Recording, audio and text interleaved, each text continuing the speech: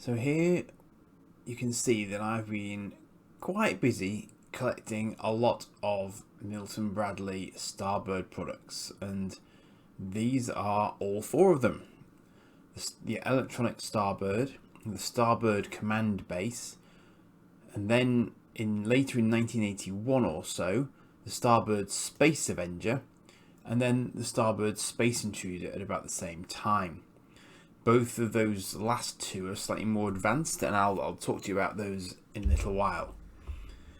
But this is the one that kicked it off, the electronic Starbird, released all across Europe in the last couple of years of the 1970s. So these are now 40 odd years old at the time of recording. And I didn't have one of these. I had the later Space Avenger, but these are what led to the Avenger, basically. And the mould is identical, as you'll see in a little while. They included electronic sound effects, lasers that lit up and made firing sounds using a button just behind what was known as the energy module at the front of the ship. And it also had sound effects that when you tilted it up, it made an ascending noise. You tilt it down, you had a descending noise. And a little bit later on in the video, you'll hear some examples of the sound effects and the actions in use. You can see that the boxes mean that I'm far too old to be playing with this. It's funny that it's got sort of an actual age range that's recommended rather than just an age upwards recommended.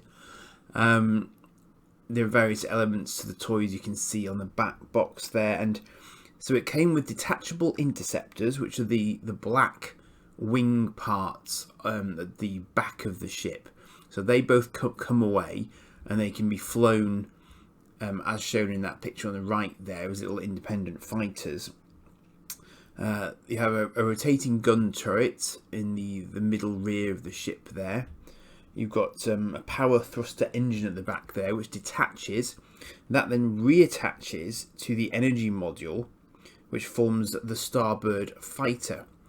If you then take off the front of the Starbird fighter, so the white cockpit element at the front there, you're then left with the Starbird orbiter, which is the little picture on the far right. And that still has all the electronic sound effects and the lasers at the front. But basically it means you get, sort of basically at least four things to play with out of one ship, which was really novel. It was very, very clever for playability. You might be able to read it depending on the size of your screen, but the grey area in front of the rotating gun turret is a life support system. The two little grey pieces on either side of the main engine at the back are the rear boosters. There are black jets underneath the main body, which are called stabilizers. There's obviously a fire button, flashing laser blasts, all that good stuff. And it takes a 9-volt battery, one of those rectangular batteries, to power it all. So that was the electronic Starbird. And I've got one in very nice condition, which still has the tiny gun that attaches to the rotating gun turret somehow. Very rare to see Starbirds with them on, because they detach very easily and they get knocked off very easily. But it is possible to find them still, even now. So then, a couple of years later, they brought out this Starbird Space Avenger. And as you can see, this was a brighter, snazzier affair. And exactly the same mould, bar the slight exception that the Starbird orbiter was smooth on its top surface, whereas it was more detailed and slightly bumpy in the electronic Starbird. And I think they may have done that to make it easier to slip in and out of the cockpit section. I think that's why they did it, if I were to guess. But everything else is exactly the same. It's just different stickers. The real difference is at the front, because the electronics section changed to incorporate an infrared emitter and receiver. And what that meant was that, as you can see from the right hand side, they also brought out the Space Intruder at this point in time. And it means that if you have two Space Avengers, or a Space Avenger and an Intruder, they can shoot at one another and register the hits. and react to that. And there is a video later in this video which will demonstrate that functionality for you. You can also see here that because of that functionality, when they hit something and their own beams bounce back at them, they know they've hit something. Now, the target that you can see on the back of this box, I have a couple of examples of, but it looks like there might be a shinier foil version of it that maybe came out in America. I don't have an example of that one to show you. And in fact, I'm not sure I've put an example of the target in with these images, but you can see it there on the box. It's just another sort of folding up piece of cardboard, but you should expect to find that in Space Avenger and Intruder boxes, but not in the original electronic Spacebird box, Starbird box, or I keep wanting to call it Spacebird. Now, after the Avenger came something that was very different, which was the Intruder. And this was clearly intended to be, an adversary for the Space Avenger. And it's called an electronic space raider. And its front half is exactly the same as the Avenger and the electronic Starbirds, but obviously it's black and different stickers and so on. So the electronics are also identical to the Space Avengers. So I have found that they are interchangeable, so you can sort of swap things around. But one of the differences with the Space Intruder is that the rear shell that clips into the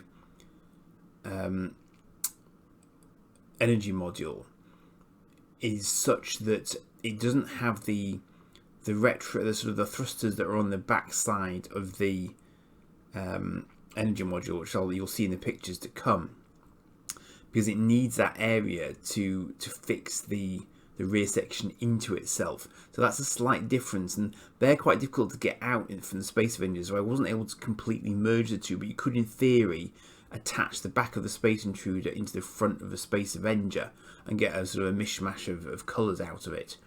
So it was also different. It had landing gear, which none of the others had, and it also had a trigger element to it. So you actually held it like a space gun, basically, and that meant you could fly it around really, really easily. And it meant you actually had a trigger to make the sound effects and the lasers go, rather than the button that the Space Avengers have got. So it was a very different approach, and the wings were very different as well. But it was a very sort of striking thing, and I never had it when I was little. As much as I might have liked it, I didn't get it when I was little. So I had Space Avenger, and that was it. Which I shouldn't be greedy, obviously. But they were clearly launched as a pair to try and attract more people into buying them. Obviously, MB Games are better known for, games. But they did this, and they did robotics as well, which I've got some example videos of on my account here. So if you want to have a look at robotics, that's around here as well. So let's move on to the actual items themselves. And here we have my really nice electronic Starbird. So this was from the late 70s. You can see this one actually has the turret gun, remarkably. This one I got from Germany, of all places, through eBay. It was relatively reasonable even then, even with postage, in fact. It came with both the interceptors and I think all the parts actually that you see there it actually came with. So it was in remarkably good condition. The only thing that didn't work on it was the lights on the energy module. So they made the noise and the sound effects, but they didn't light up when I fired the lasers. Didn't particularly matter because I do have some spares, and I may well try and swap the electronics out when I'm feeling brave.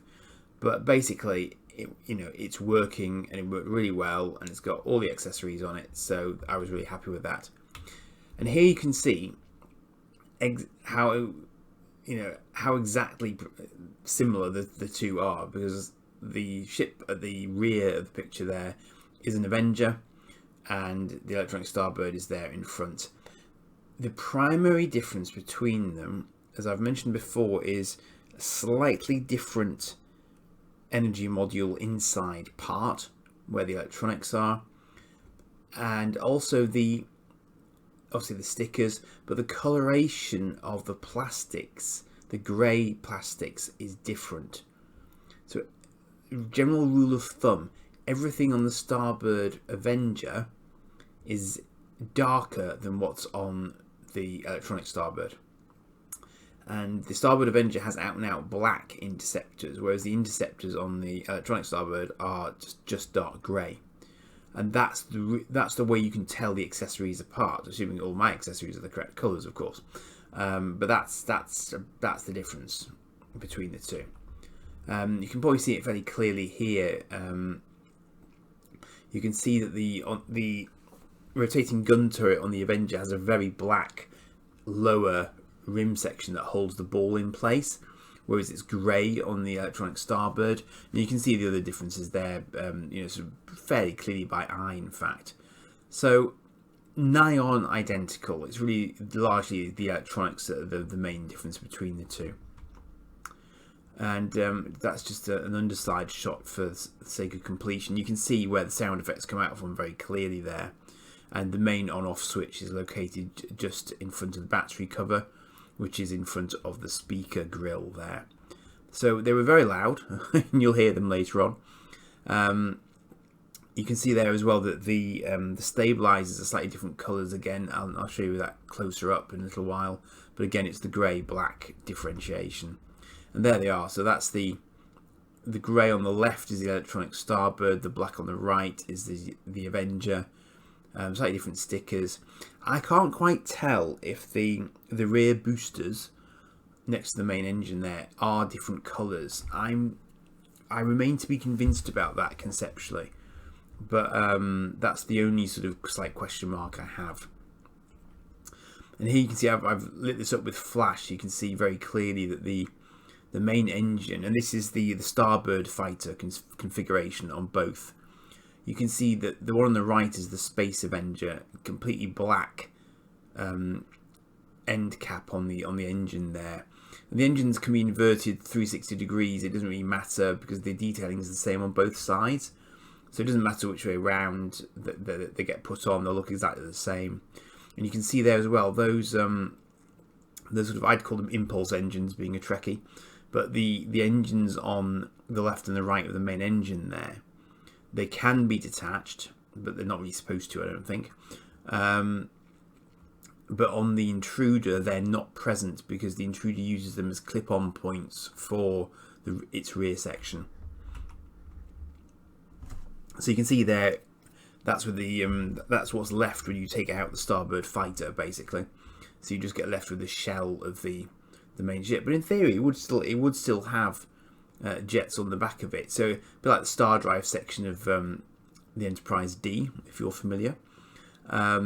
It can do a sort of saucer separation thing, and you get left with the main body behind, and the smaller section goes off and does its thing. So that's that one. These are the interceptors up close. You can see them, the identical mould, but the one on the right is the Avengers and it's black. The one on the left is the electronic Starbird and is dark grey. They can be switched from side to side, but they then end up with their stickers upside down. So although they are interchangeable. So for example, on the Avenger, I had to use two of the same number, or these two that weren't quite the right way round, because I had to merge them from two sets. Because one of the funny things about this collection that I've ended up with is that I only got a relatively complete Avenger because I bought the same. I bought the Intruder from the same person as the Avenger, and the Intruder had parts for the Avenger in its box. So had I not got both at the same time, I would have missed out. But as it was, I was incredibly lucky and ended up with bits that weren't the Intruder's bits, because he not unreasonably assumed that because the Intruders, the interceptors for the Avenger were black, they belonged with the Intruder. So he put those in that box.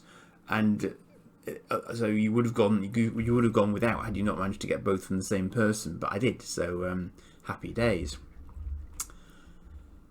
And here on the left, you can see the near mythical laser turret with the actual gun on it. Whereas, as you can see with the Avenger, I didn't get the gun. And I would probably have to fork out a lot to get a new Avenger with the gun, which I'm not going to do because I've got to stop somewhere. But on the left is the gun that you are looking for, should you be lucky enough to happen across it, which just slots on the top of the ball turret, and it's a very effective little system, you know, in terms of it moving around and you know, being able to sort of shoot at things that were all around the ship. So it was a clever idea. And if you have a look at my individual videos for each of the ships, you'll see me obviously just demonstrating how that turns and can tilt and so on.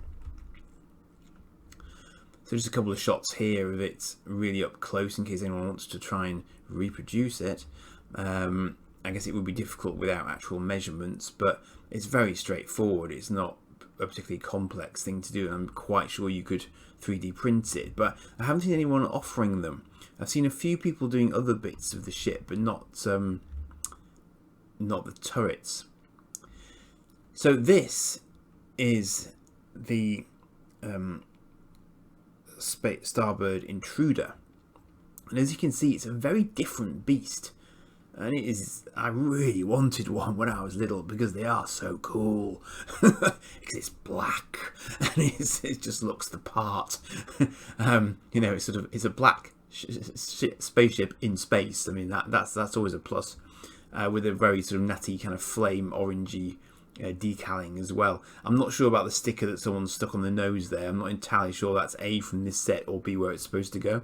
But anyway, this one, it was in surprisingly good nick for what I didn't pay for it, actually. All the pieces were there. The wings are a little bit loose. They should have a sort of a claw grip to hold them. This one was sort of missing half the claws, but they do still sit upright just about. It uses exactly the same electronics as the Avenger does, so there's no change there, and that does mean that they're quite sort of interchangeable. So as you can see, it's variable geometry wings, which is quite nice. So you can do a few bits with it, and it's just that little bit different to the other Starbirds in that it has the landing gear as well. And the attachment point for the landing gear is actually on the electronics unit. So what would be the Starboard Orbiter part has the attachment points for the landing gear and the trigger attached to it as well. So this doesn't have a button on top like the Starbirds do. And there you can see the underside. You can see there the outline is identical to the Starbirds at the front, but the back is a completely different piece that slots in where those impulse engines would normally go on the Starbirds. And you can see two landing skis, which I got in perfect nick, and they fit in really, really nicely. And it sits very happily because it uses those two at the front and the trigger as another kickstand at the back, so you know, it works as intended. And there you can see it split into the component parts very clearly.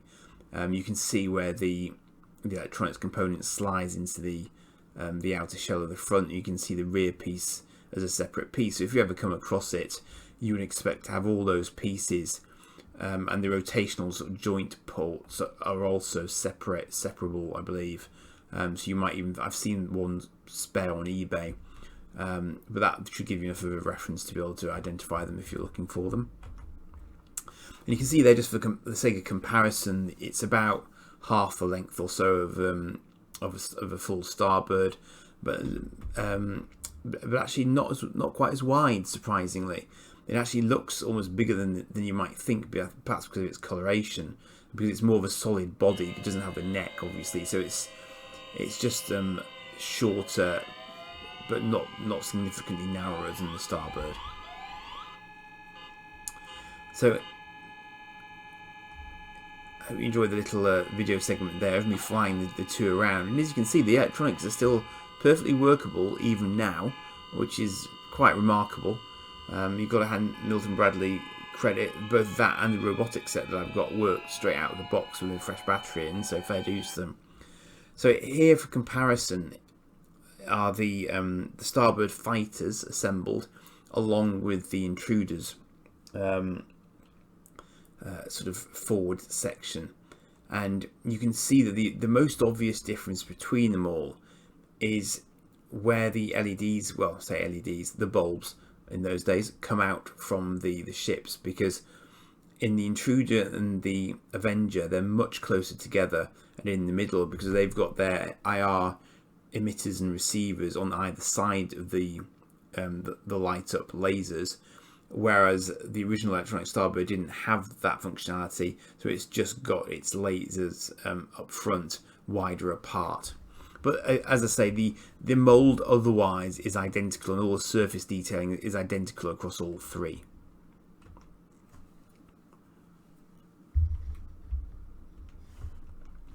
And here you can see them with just sort of from the side view. You see all the stickers are different, and but the Intruder obviously sits a lot higher than the Starbirds do, because they lack any sort of proper landing gear. And those are just the empty shells. You can see that another difference between the original Electronic Starbird and the other two is that it has a sort of see-through red canopy piece, whereas the other two have completely solid black canopies. So again, slight difference between them there, but nothing sort of radical.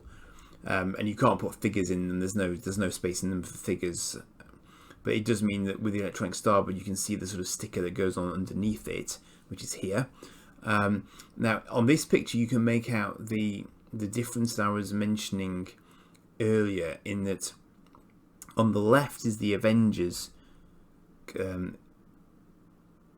electronics. In fact, I may have had that. Yeah, that's right. So the Avengers on the left there is smooth on top, whereas you can see on the right hand side the Electronic Starbirds has more detailing, and that just makes the top surface that little bit rougher.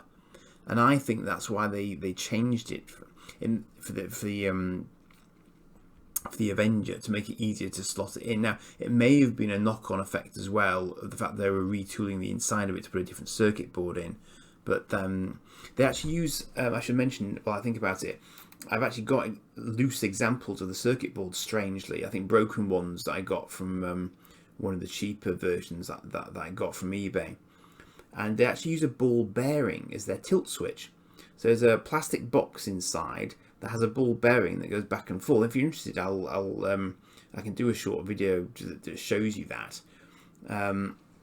But that's why they've sort of carried on working this long, I think, because it's such a physical object. There's no real way for it to break or degrade. So of course it still works even now, 40 odd years on. So that's the sort of the naked versions of all of the electronics parts. And as you can see, the Intruder got quite a natty sort of skull design on top of it. But you can see there that its detectors and its lights are identical to the Avengers, and the one on the far right is the Electronic Starbirds.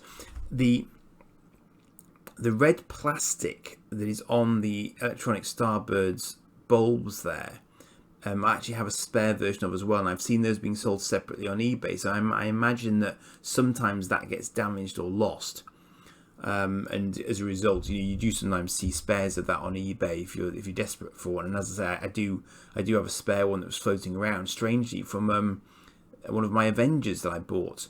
So I think the guy who sold me that must have had an Electronic Starbird as well at some point, because the electronics that I've got for that are also from both an Avenger and a Starbird. So it's a slightly curious one, and that's just a sort of top shot to compare all three again there. And that's them just looking at them from sort of straight on, so you can sort of see the difference between them all. Another top shot with them sort of attached, obviously with the Starbirds attached onto their main ships there. But as you can see, there's no way you can dock the Intruder's shell onto one of the Avengers, but the Avengers can't then sort of take the electronic section of the Intruder, because they're just not compatible. So now we're going to move on to the Starbird command base, and you might have seen that on the first photo. This is one that again I got incredibly lucky on, because I bought this one from an English auction, not knowing whether or not it was complete.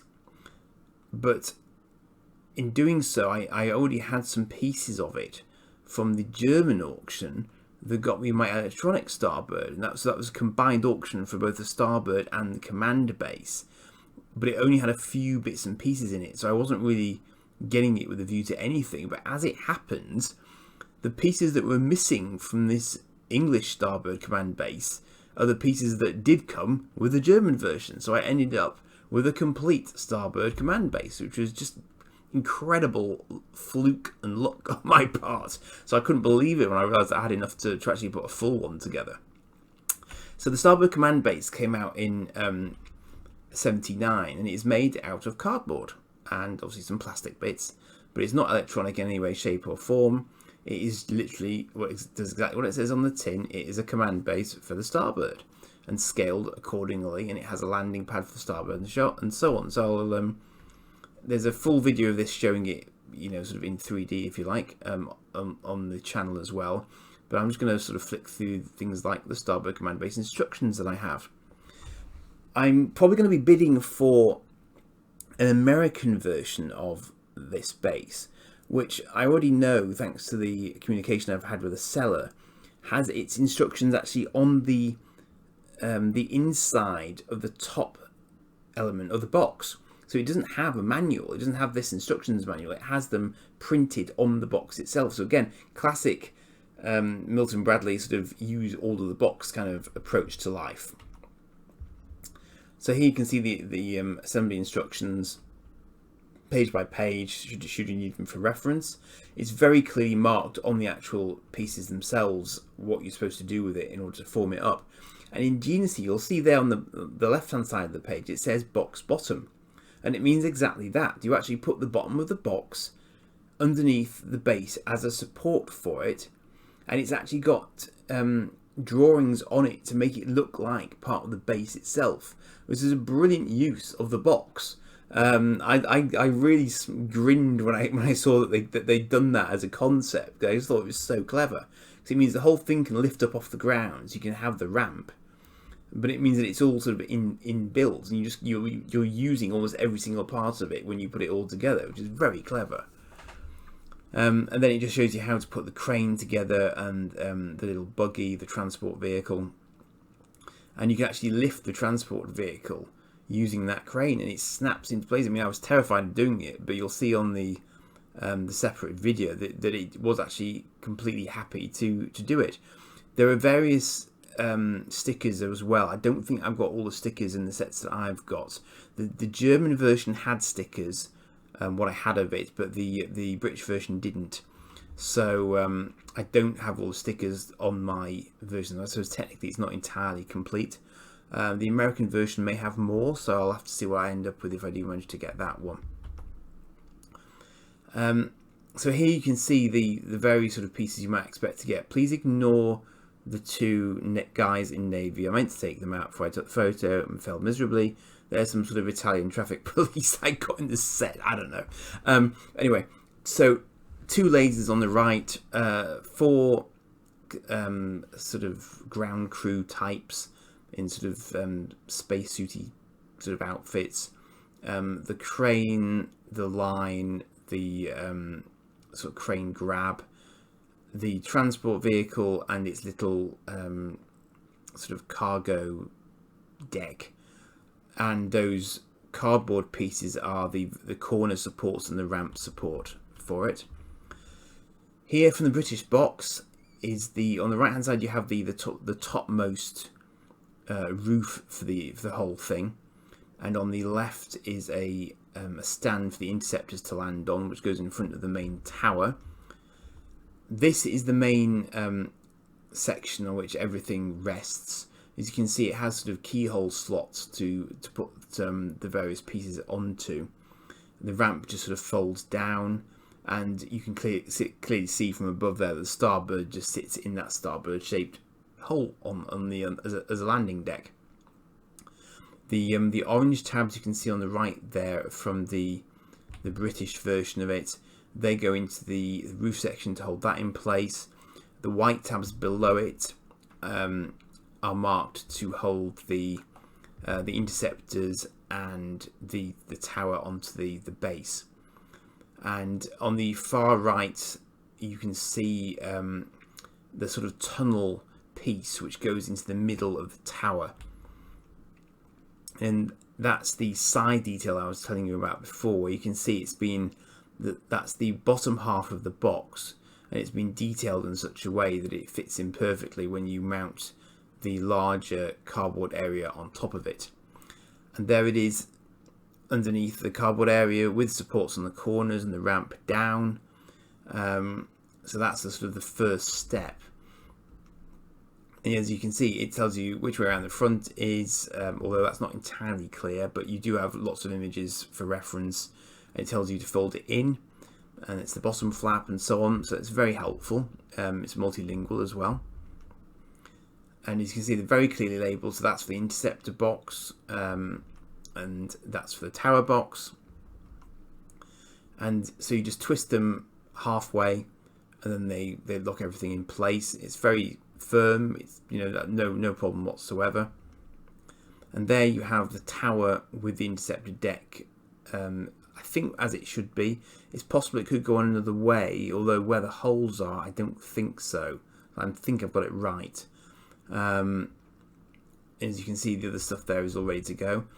You put the tunnel section in a sort of triangular fashion, and then you just fold it out and it clips on because it's got little gaps, and that's how it's designed to go. So you just got that extra sort of detailing that gives you that sort of play opportunity of, you know, perhaps being able to fly something through the middle of it, which I thought was, you know, a nice touch. And that's the roof section with the sort of the starboard emblem there on the top.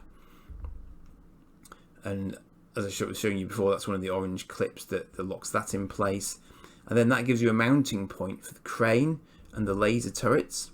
And if you want, you can put the guys up top, although obviously they're not the most secure up there. It doesn't really matter because they're not going to break on you. And then crane can come down. It can be winched using the winch mechanism on the side of the crane. You can snap on the parts, and you can see in that picture they're in place, and it will quite happily bring that up to the top level. You can see there I've got the interceptors on the deck. Ironically, when I filmed the video for this, I didn't realise that the two black pieces that are in the box of the base were for the interceptors. So you can see there the interceptors are quite happily sort of stood up, and that's quite similar to the picture on the actual box itself. But you see, these little black pieces here are actually what the interceptors go into. So initially I thought they were just sort of random leftover bits from something else, but they are actually for this functionality, because they allow you to put the two interceptors onto their bases and just sit them upright off the starboards. So that's, again, just that attention to detail I love about this, because they didn't have to go to this much effort with it, really. They could have just stuck starboard on the box and made it a big rectangle. I mean, you know, they could have done that, but actually there's a lot of graphical detail on here, a lot of very clever, straightforward construction to make best use of it, and you know, very, very clever. And so just to round off, that's the Alone Interceptor 1.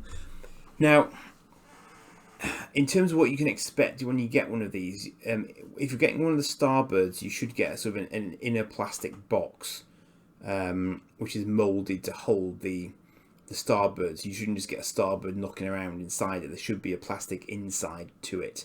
And again, if you're interested to see what that looks like, I can do another video with all the other sort of little bits, but I didn't want to make this one hugely long, although it probably will be by the time I press stop on the recording.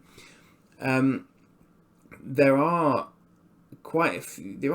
I've been watching it for about, I don't know, the last 4 weeks or so, and eBay does carry auctions for starboards in various states of repair.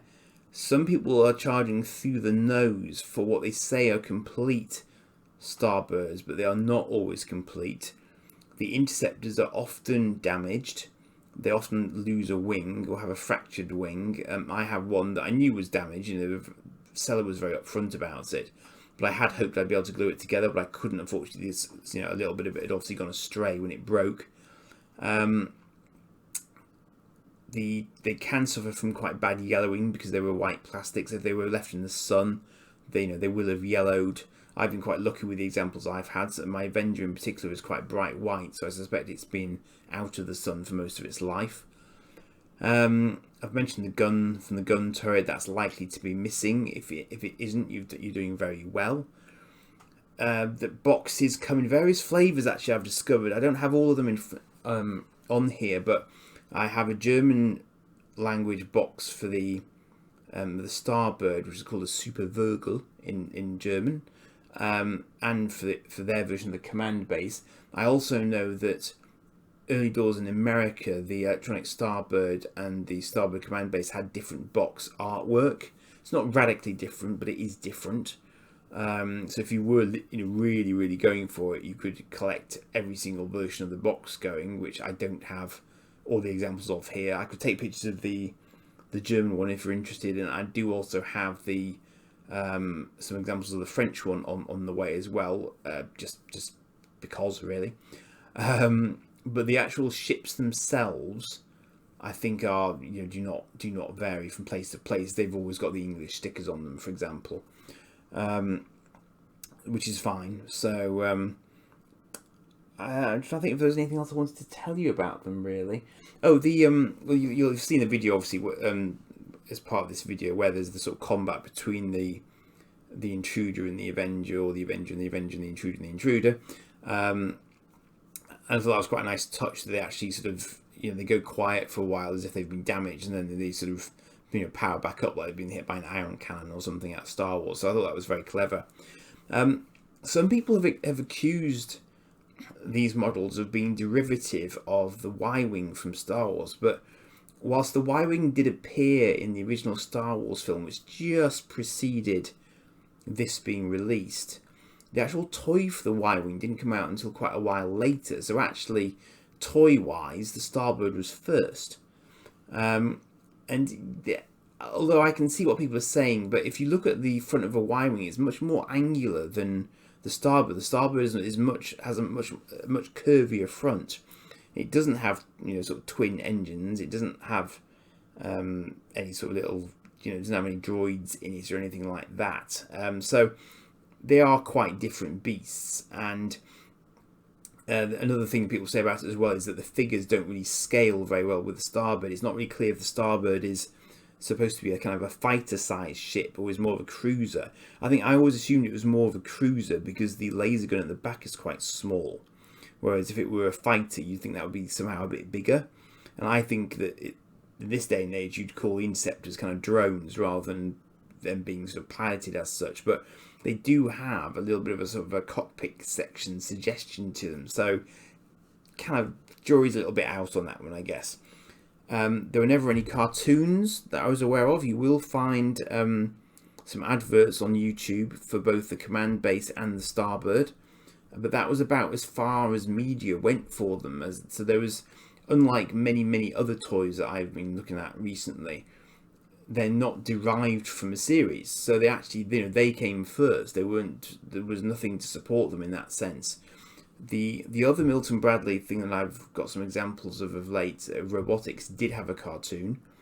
So it wouldn't have surprised me if a Starbird cartoon did come along, but it didn't apparently. Final thought.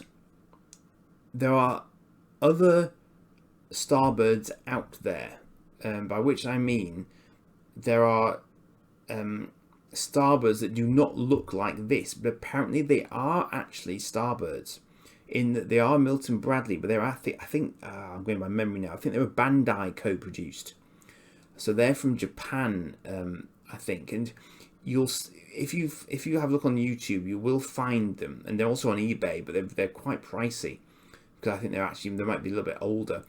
Then they don't look like Starbirds, but you can see a little bit of a family resemblance. And I believe the electronics are similar in both of them. They've also got little missile launchers, which obviously these Starbirds do not have. So I kind of assumed that they were maybe sort of like Starbird knockoffs or something, but apparently the MB electronics linkage is legitimate.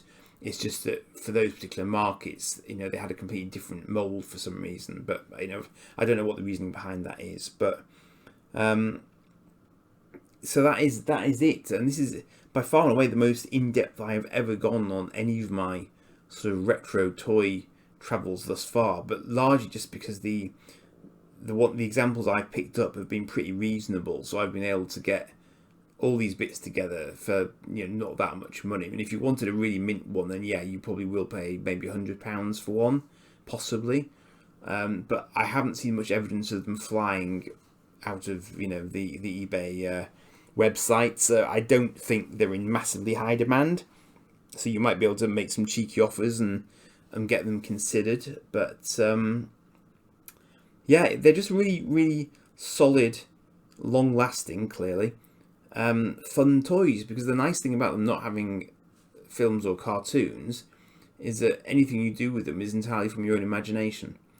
You're not limited in any way, and you're not kind of recreating anything, which I think was probably what attracted me to them at the time, because whatever however I played with them was kind of my way, and I could do whatever I wanted with them. So great stuff. Yeah. So that's probably a ridiculously long video. Thank you for sticking with it if you have done. Obviously do like and subscribe it, share it with anyone else who like me is ancient or has an interest in retro toys, and I will see where my travels take me next. So cheers for now.